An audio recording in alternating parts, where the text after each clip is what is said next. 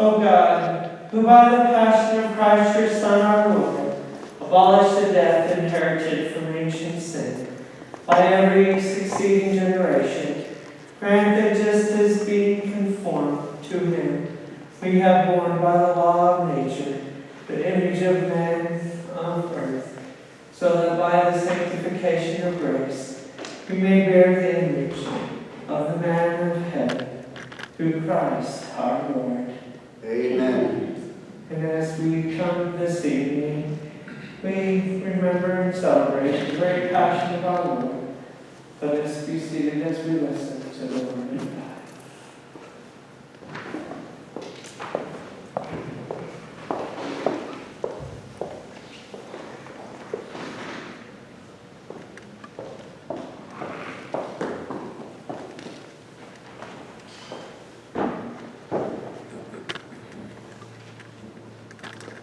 A reading from the book of the prophet Isaiah. See, my servant shall prosper. He shall be raised high and greatly exalted.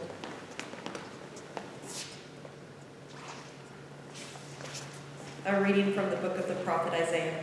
See, my servant shall prosper. He shall be raised high and greatly exalted, even as many were amazed at him. So marred was his look beyond human semblance, and his appearance beyond that of the sons of man. So shall he startle many nations. Because of him, kings shall stand speechless. For those who have not been told shall see. Those who have not heard shall ponder. Who would believe what we have heard? To whom has the arm of the Lord been revealed? He grew up like a sapling before him, like a shoot from the parched earth. There was in him no stately bearing to make us look at him, nor appearance that would attract us to him. He was spurned and avoided by people, a man of suffering, accustomed to infirmity, one of those from whom people hide their faces, spurned, and we held him in no esteem. Yet it was with our infirmities that he bore, our sufferings that he endured, while we thought of him as stricken, as one smitten by God and afflicted. But he was pierced for our offenses, crushed for our sins. Upon him was the chastisement that makes us whole. By his stripes we were healed. We had all gone astray like sheep, each following his own way, but the Lord laid upon him the guilt of us all. Though he was harshly treated, he submitted and opened not his mouth. Like a lamb led to the slaughter, or a sheep before the shears, he was silent and opened not his mouth. Oppressed and condemned, he was taken away. And who would have thought any more of his destiny? When he was cut off from the land of the living and smitten for the sins of his people, a grave was assigned him among the wicked, and a burial place with evildoers, though he had done no wrong, nor spoken any falsehood. But the Lord was pleased to crush him in infirmity. He gives his life as an offering for sin. He shall see his descendants in a long life, and the will of the Lord shall be accomplished through him. Because of his afflictions, he shall see the light and fullness of days. Through his suffering, my servant shall justify many, and their guilt he shall bear. Therefore, I will give him his portion among the great, and he shall divide the spoils with the mighty. Because he surrendered himself to death and was counted among the wicked, he shall take away the sins of many and win pardon for their offenses. The word of the Lord. Thanks be to God.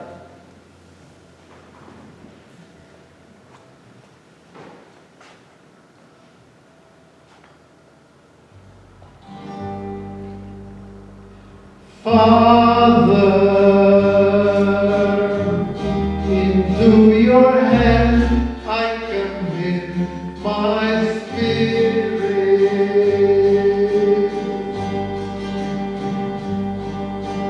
Father, into your hands I commit my spirit.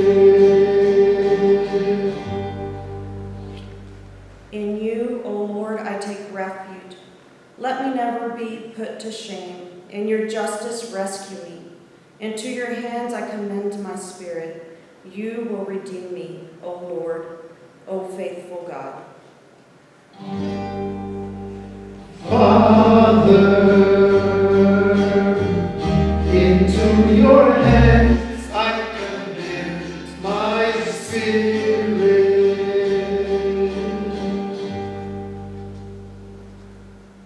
For all my foes I am an object of reproach, a laughing stock to my neighbors and a dread to my friends. They who see me abroad flee from me. I am forgotten like the unremembered dead. I am like a dish that is broken. Father, into your hands I commit my spirit. But my trust is in you, O Lord. I say, you are my God. In your hands my destiny. Rescue me from the clutches of my enemies and my prosecutors. Father, into your hands I commit my spirit. Let your face shine upon your servant. Save me in your kindness. Take courage and be stout-hearted, all you who hope in the Lord. Father, into your hands I commit my spirit.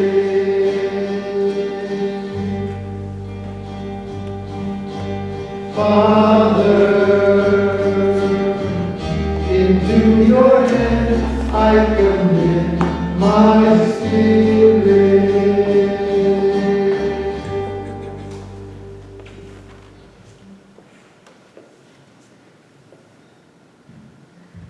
Lectura de la carta de los Hebreos. Hermanos, Jesús, el Hijo de Dios, es nuestro sumo sacerdote, que ha entrado en el cielo. Mantengamos firme la profesión de nuestra fe. En efecto, no tenemos un sumo sacerdote que no sea capaz de compadecerse de nuestros sufrimientos, puesto que Él mismo ha pasado por las mismas pruebas que nosotros, excepto el pecado. Acercámonos, por tanto, con plena confianza al trono de la gracia, para recibir misericordia, hallar la gracia y obtener ayuda en el momento oportuno. Precisamente por eso, Cristo, durante su vida mortal, ofreció oraciones y súplicas con fuertes voces y lágrimas a el que podía librarlo de la muerte, y fue escuchado por su piedad. A pesar de que era el Hijo, aprendió a obedecer, padeciendo y llegado a su perfección. Se convirtió en la causa de la salvación eterna para todos los que lo obedecen. Palabra de Dios. Te alabamos, Señor.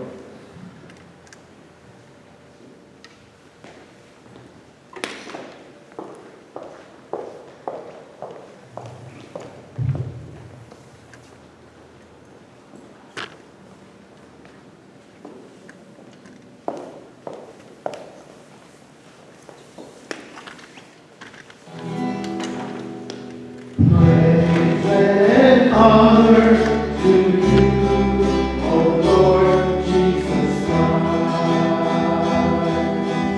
Praise and honor to you, O Lord Jesus Christ. Christ became obedient to the point of death.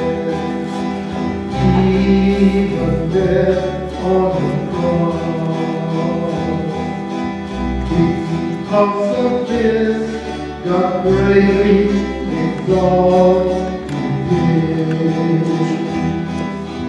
And we star on Him the name that is above every other name. Praise and honor to You, O Lord Jesus Christ.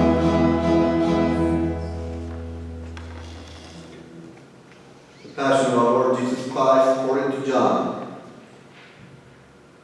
Jesus went out with His disciples across Kidron Valley to where there was a garden, into which He and His disciples entered. Judas the betrayer also knew the place, because Jesus had often met there with His disciples.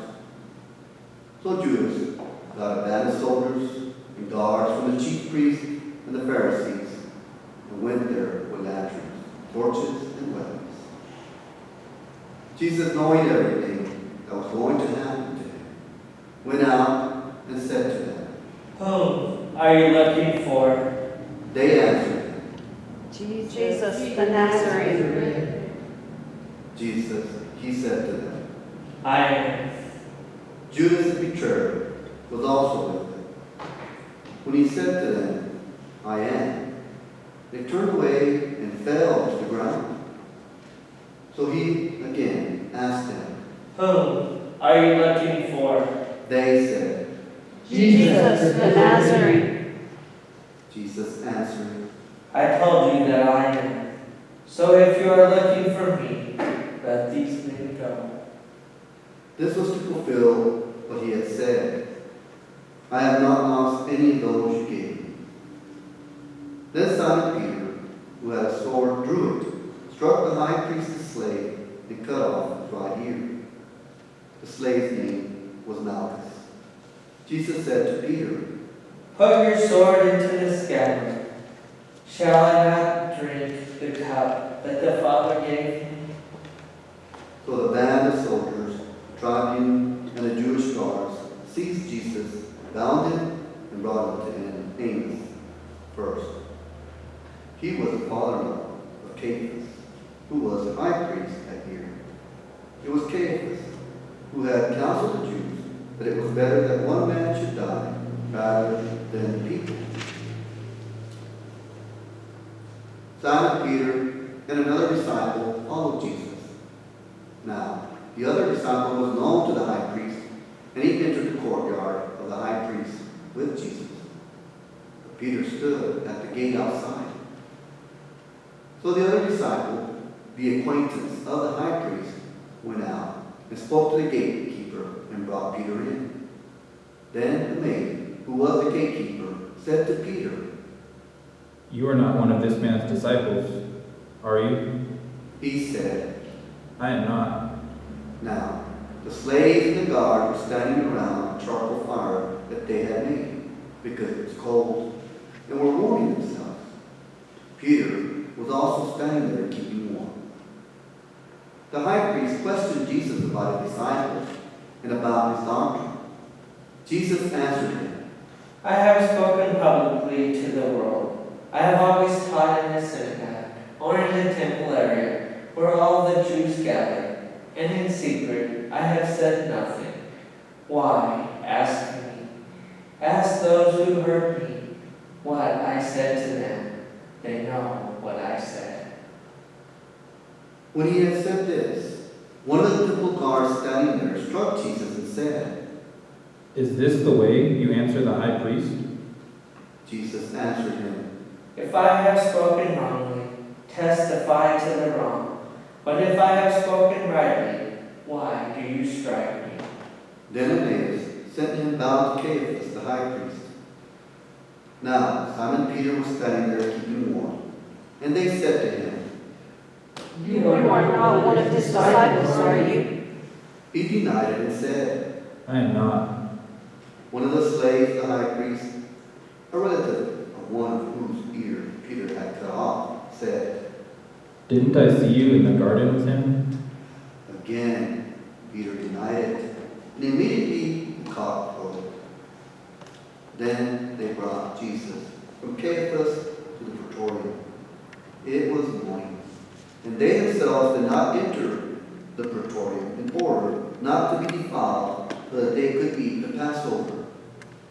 So Pilate came out to them and said, What charge do you bring against this man? They answered and said to him, If you were not a criminal, we would not have handed him over to you. At this, Pilate said to them, Take him yourselves and judge him according to your law. The Jews answered him, We do not have the right to execute anyone. in order that the word of Jesus might be fulfilled, that he said, indicating the kind of death he would die.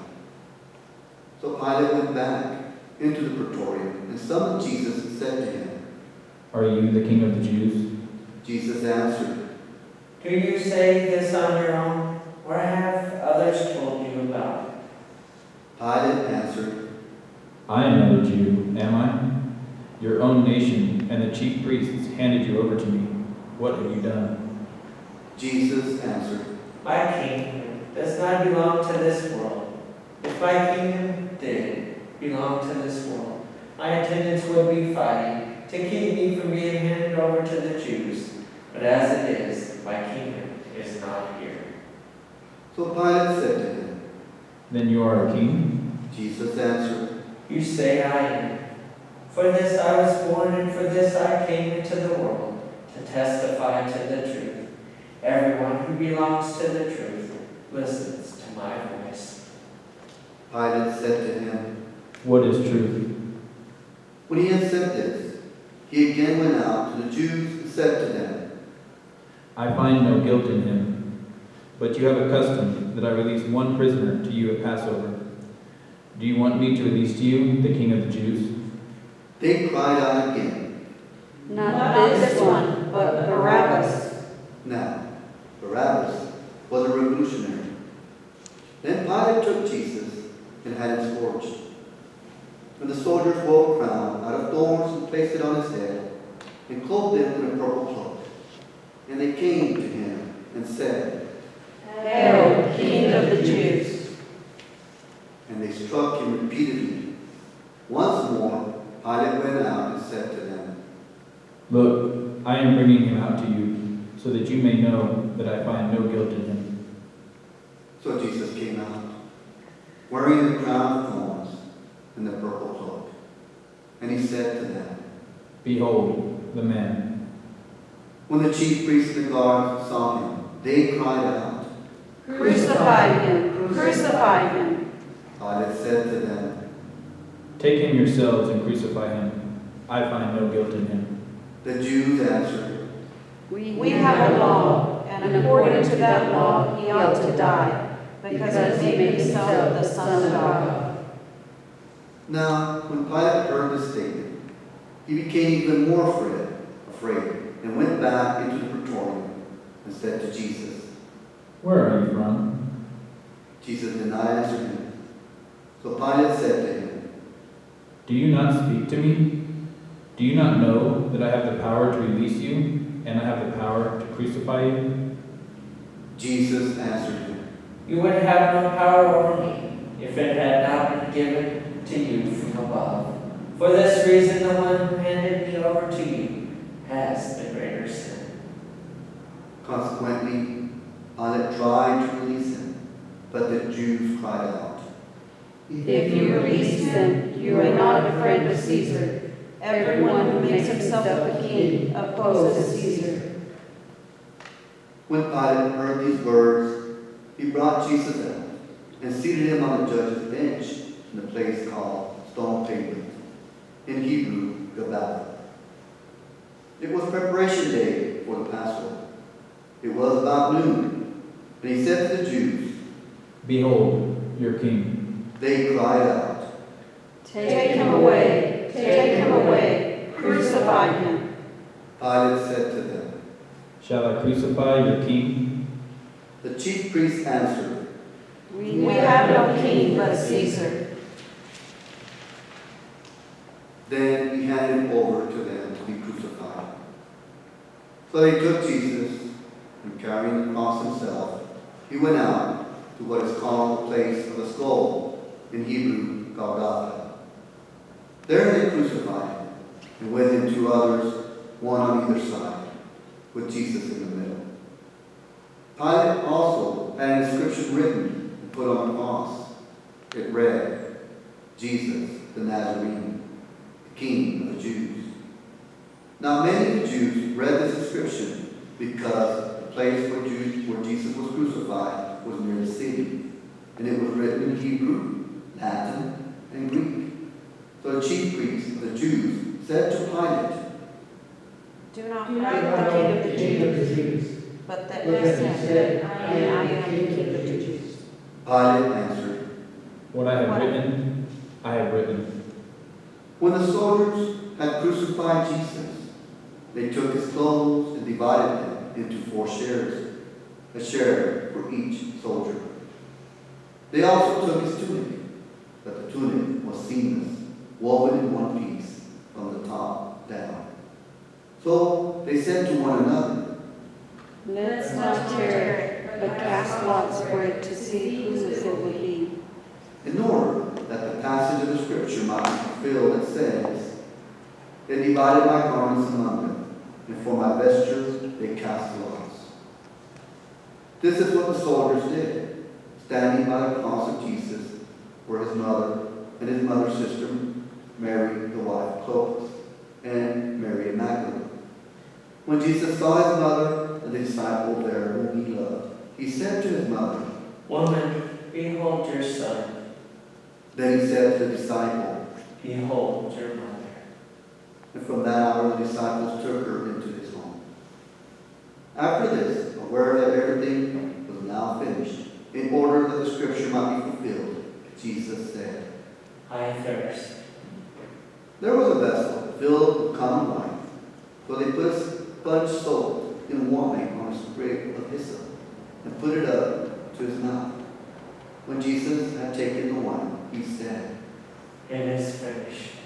and bowing his head, he handed over the Spirit.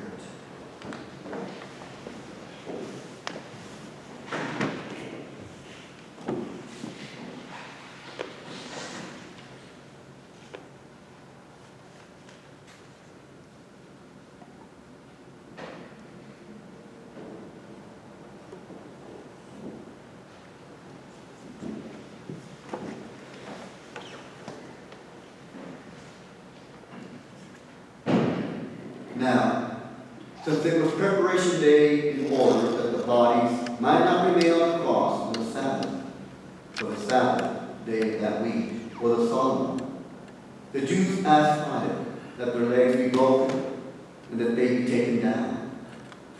So the soldiers came and broke the legs of the first and then the other one, who was crucified with Jesus. But when they came to Jesus and saw that he was already dead, they did not break his legs. But one soldier thrust his lance into his side, and immediately blood and water flowed out.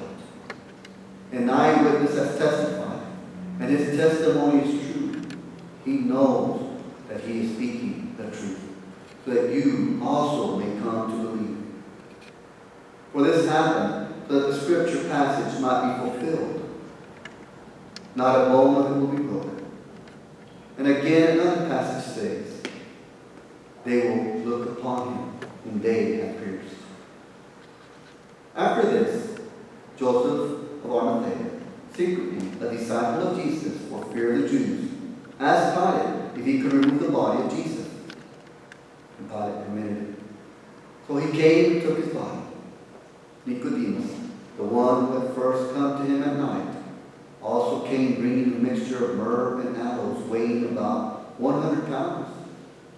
They took the body of Jesus and bound it with burial cloths, along with spices, according to the Jewish burial custom. Now in the place where he had been crucified, there was a garden. In the garden, a new tomb, in which no one had yet been buried. So they laid Jesus there because of the Jewish preparation day, for the tomb was close by. The Gospel of the Lord. Praise to you, Lord Jesus Christ.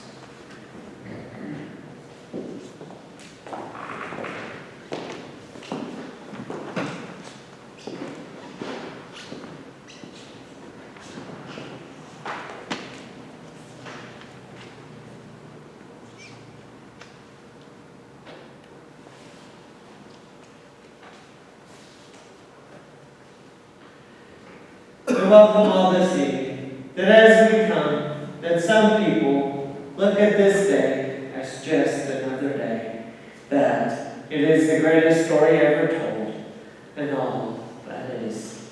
That as they look at Christians, they see them as foolish in their beliefs and their practices, but we know the truth. As we have just heard the Passion narrative, as we hear the very words of God, and are reminded and reflected upon it, that Christians around the world celebrate today, probably one of, if not the most important day in the church. That as we hear the words, that Jesus, in obedience to the Father, and seeking to do his will and to fulfill the very call that he had given, ultimately gave himself, sacrificing for our sake.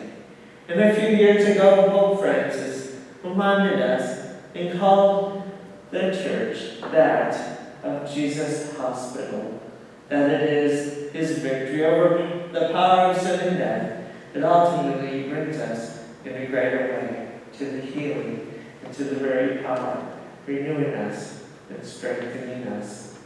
And so it is that we today can ultimately say that we have put on the armor of Christ, and that we are fools for Christ, that ultimately in seeking and celebrating, as we did last night at the Last Supper at Monday, Holy Thursday, that we hopefully encountered and have continued throughout our 40 days of our Lenten journey, encountered in a great way an experience of the Lord. And while this year has been unique compared to any of the others, that as we encounter Christ's loving presence, his self-giving hospitality, that we recall that as Christ did for most of his apostles, as he has done for us, he encourages us as he washed their feet, as he called them, in giving them themselves and ultimately giving in his body and blood the very Eucharist, calling us to be and to take in him, and ultimately to be that perfect model and example of Christ for the world to know. That as an attentive host, as one and ultimately is far deeper than just what we initially hear, that it calls for the needs of others and a center of gracious host and attention. That in Christ's hospitality, it goes so much deeper, that the very cares, the love, the concern, the burdens, but especially the joys of others, is that in which we are joined together. The very focus of Christ's attention upon us.